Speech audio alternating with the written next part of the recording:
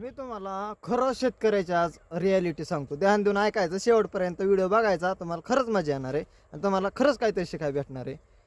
3 प्रकारे शेतकऱ्याचे विभाग पडलेत आता महाराष्ट्रात पहिल्यापासूनच आहेत. एक म्हणजे त्यांच्या 100, 200, 300 एकर जमीन आहेत, आवाढावी पैसा, मरणाचा पैसा.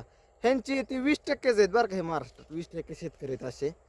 आणि दुसरं म्हणजे त्यांच्यापाशी 10 एकर, 12 एकर, 15 एकर, 20 एकर जमीन आहे. असे दुसरे येतात, ती मी येतो त्यामध्ये.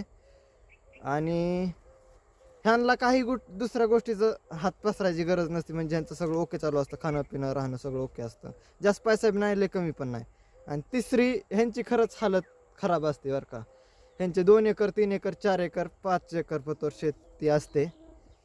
आणि ह्यांचं पाणी नसतंय, काय काय वेळेस पाणी असलं तरी पैसा नसतोय, म्हणून शेतीत पिकत नाही. आणि सगळं पिकलं तरी त्यांच्या मालाला भाव भेटत नाही. म्हणून ह्यांना दुसऱ्याच्या रानात काम करायला जावं लागतं.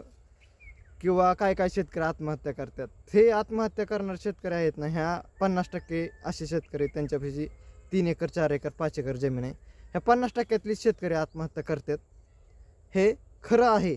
आणि मला असं वाटतं जे मोठे शेतकरी आहेत ना, त्यांनी ह्या बारक्या शेतकऱ्यांना सपोर्ट केला पाहिजे. प्रत्येकाने सपोर्ट केला ना, सगळे वर जातील हे मला वाटतं.